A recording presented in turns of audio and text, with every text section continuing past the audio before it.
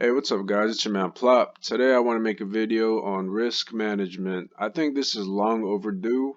It's a pretty important thing to go over, and I think a lot of traders they suck at this. And it's I'm gonna try to break it down as easy as possible because if you don't get this down, you're gonna fail straight up. So I'm gonna start by using this channel right here. It's a clear channel, very clean, AWP, and the way I'm gonna start this is I'm gonna draw some support and resistance lines. If you need help drawing support and resistance lines, I have a video for that, and I'll be sure to link it on this video. But yeah, that's besides the point. So here's my channel that I'm going to be using, and I like these supports because this is where all the candles are touching. The first way I like to go about identifying risk is you want to look at the parts or the wicks that did go under this support, and that would be right here. You see these wicks kind of almost bouncing off the same levels. And then we got this big wick right here, but we'll be addressing that in a second. But anyways, for now, we're going to draw a second line. Touches all of these, and you can even see it forming some type of support here. And that's what I'm going to identify as my load zone.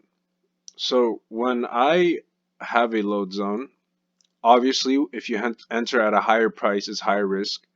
And when you enter at a lower price, it's lower risk. The thing about trading is entries are so important. It's very important to buy an entry. If you're buying somewhere in the middle here, maybe you have your own strategy and it works. But if you're a newer trader and you're just kind of buying a stock because you saw an alert or something and it's right here, it's a pretty big gamble because there's not much proof in the past of it holding itself around these areas between these supports and resistances. So that's just not something you want to do. You want to enter at supports. And if you understand that simple concept, that very simple concept that took me so long for no reason to figure out, you're going to start off a lot better.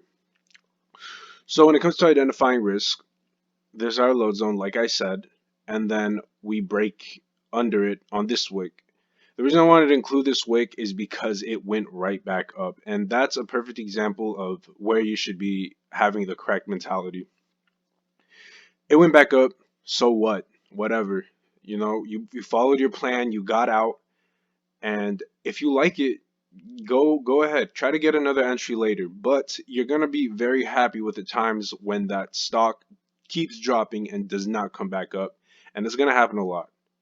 And obviously it's a lot easier said than done, but it's something that you need to work on. You need to practice this. Without this, you are not going to do very well. So if I entered here, I'd probably do a small starter here. You want to scale in, guys. You don't want to just jump all in at once because that's going to make you emotional if it drops a little here. If I extreme example, if I put 500,000 all at once right here, right? 605, that 7 cent drop is going to scare the hell out of me. I'm going to panic. I'm going to sell when realistically I should have added maybe like a little here, a little here, a little here, until it gives me a nice average where it can bounce.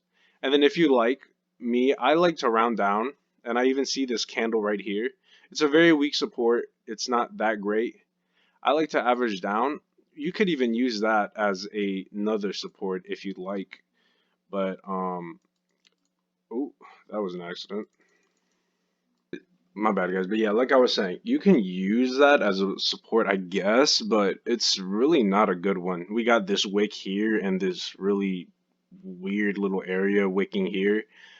It's sure you can go by it. The only reason I'm including it is because my trade style, if I'm buying at 596, if I have an average of 596, 595, I like to average down. That's just how I play. I like to set two stops under the, like for example, 595, I'd probably set my stop around 588, 587. That would really give me that, okay, yeah, I got out on that trade. I just have a higher tolerance for risk. We all are wired different. You might not be tolerant of that. It's up to you to figure out how you think, how you're wired, what you're comfortable with. This is just a perfect example of a risk that you can clearly identify, and if it breaks, if that support breaks, if your risk breaks, it's no longer following your plan. The stock isn't doing what you thought it was going to do. And For me personally, I found it a lot easier to manage my risk when I dumbed it down like that. The stock is not doing what I thought it was going to do. It's a really simple idea. Again, easier said than done, but it really is just that. You're essentially waiting for a new pattern to form when you were going to play the previous pattern. And you don't know what the next pattern is going to be. That's gambling. That's not trading. That's what gamblers do.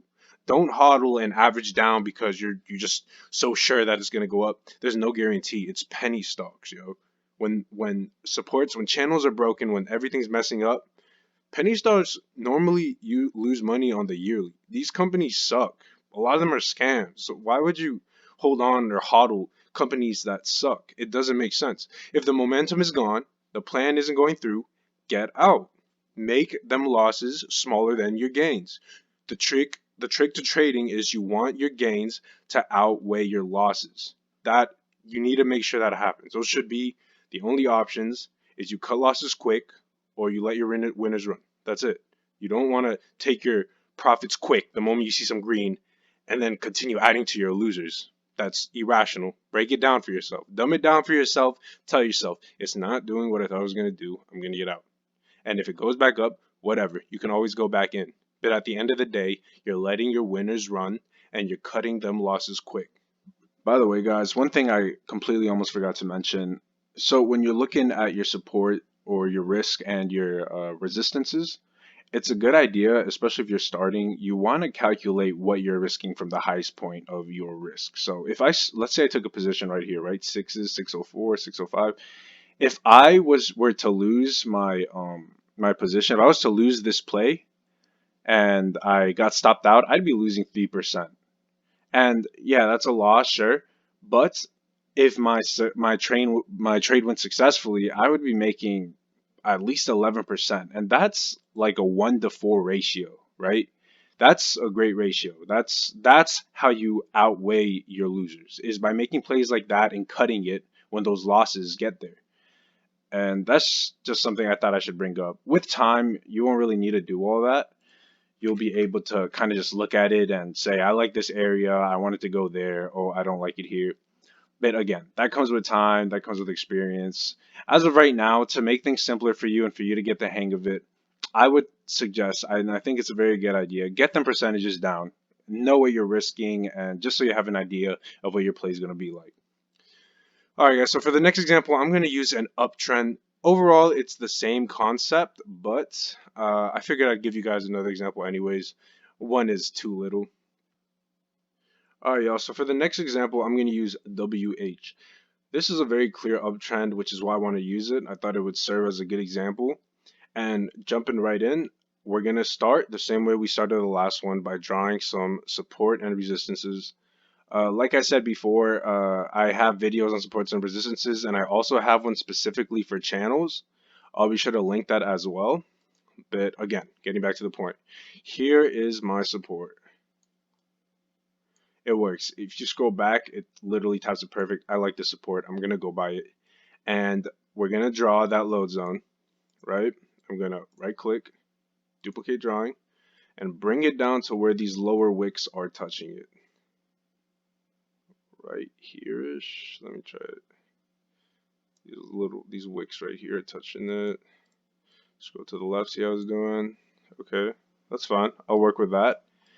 But see, the thing is, there's still some wicks that go under this one as well, right? So you don't always have to have just two levels. You could give yourself, just to give yourself a better visual of what your risk is, you could draw a third one. And see, now these are touching. And again, the higher the entry, the higher the risk, the lower the entry, the lower the risk. But this is what I would go by personally. Some traders like to draw their lines gold because it's just helps them label the load zone, but I personally don't care. I'm boring, I'm bland, I'll keep it red, I don't care. And this is a perfect example. Every single time it came down here, jump back up. Every single time it came here, jumped up, until eventually it went all the way up.